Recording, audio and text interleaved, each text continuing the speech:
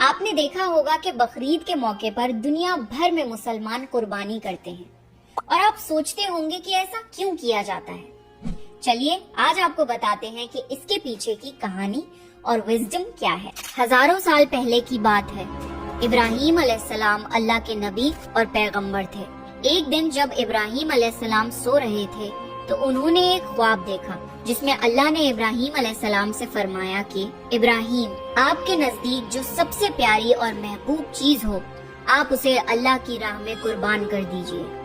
اب یہاں آپ کو بتا دوں کہ اللہ اپنے بندوں کا اور خاص طور سے نبیوں کا امتحان لیتا ہے، یہ دیکھنے کے لیے کہ انسان اللہ سے زیادہ محبت کرتا ہے یا اللہ کے دیے ہوئے تحفوں سے زیادہ محبت کرتا ہے۔ نبی اور پیغمبر کے خواب سچے ہوتے تھے، وہ جو بھی خواب میں دیکھتے تھے وہ اللہ کا حکم ہوتا تھا۔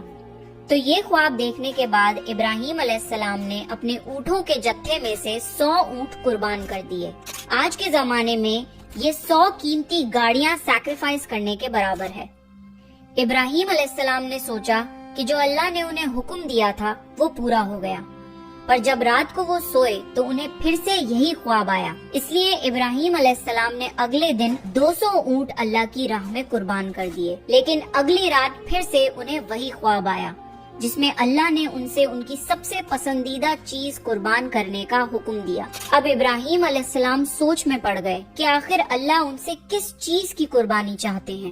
پھر انہوں نے سوچا کہ اس دنیا میں سب سے عزیز چیز میرے لیے میرا بیٹا اسماعیل ہے۔ آپ کو بتا دوں کہ ابراہیم علیہ السلام کو پوری زندگی دعائیں مانگنے کے بعد 80 سال کی عمر میں اولاد ہوئی تھی، اور وہ تھے ان کے بیٹے اسماعیل جو انہیں بہت زیادہ عزیز اور محبوب تھے۔ اب ابراہیم علیہ السلام سمجھ چکے تھے کہ دراصل اللہ تعالیٰ نے ان سے ان کے بیٹے کی قربانی مانگی ہے۔ اللہ یہ دیکھنا چاہتا ہے کہ ابراہیم علیہ السلام اپنے بیٹے سے زیادہ محبت کرتے ہیں یا اللہ سے۔ ابراہیم علیہ السلام کے لیے یہ بہت بڑا امتحان تھا۔ اگلے دن ابراہیم علیہ السلام اٹھے اور اپنی بیوی ہاجرہ کو کہا کہ ہمارے بیٹے اسماعیل کو نہلا کر اچھی طرح تیار کر دیجئے۔ ابراہیم علیہ السلام کی بیوی ہاجرہ نے اپنے بیٹے کو بہت اچھے سے نہلا کر خوشبو لگا کر تیار کر دیا، اور ابراہیم علیہ السلام اپنے بیٹے کو لے کر ایک پہاڑ کی طرف روانہ ہو گئے۔ ابراہیم علیہ السلام یہ تکلیف بھرا فیصلہ کر چکے تھے کہ وہ اپنے بیٹے کی قربانی دیں گے، پر شیطان کو کیسے منظور ہوتا کہ کوئی اللہ کی اطاعت کرے؟ تو شیطان بھی اپنے کام پر لگ گیا۔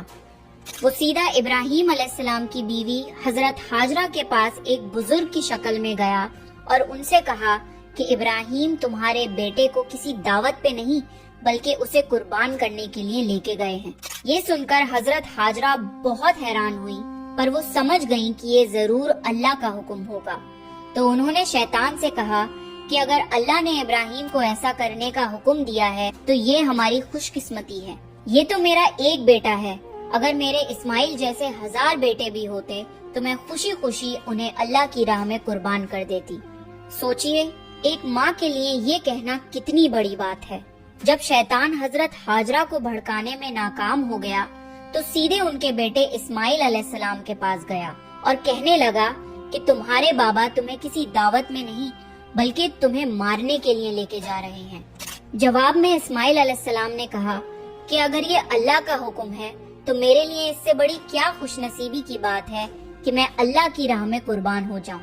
13 سال کے بچے میں اتنی سمجھ اور بہادری ہونا کتنی بڑی بات ہے۔ یہاں بھی جب شیطان ناکامیاب ہو گیا تو وہ ابراہیم علیہ السلام کو بھڑکانے کی کوشش کرنے لگا کہ تمہیں یہ بیٹا اتنی منتوں سے ملا ہے، اگر تم نے اسے قربان کر دیا تو بڑھاپے میں تمہارا سہارا کون بنے گا، اور اگر اللہ نے یہ قربانی بھی قبول نہیں کری تو تمہارا کتنا بڑا نقصان ہو جائے گا، ایسا مت کرو۔ شیطان ہر طرح سے انہیں بار بار بہکانے کی کوشش کرتا رہا اور غصے میں آ کے ابراہیم علیہ السلام نے شیطان کو پتھر مارے۔ یہی وجہ ہے کہ جب لوگ حج پہ جاتے ہیں تو شیطان کو آج بھی کنکڑی مارتے ہیں، اور یہ حج کے اہم ارکانوں میں سے ایک ہے۔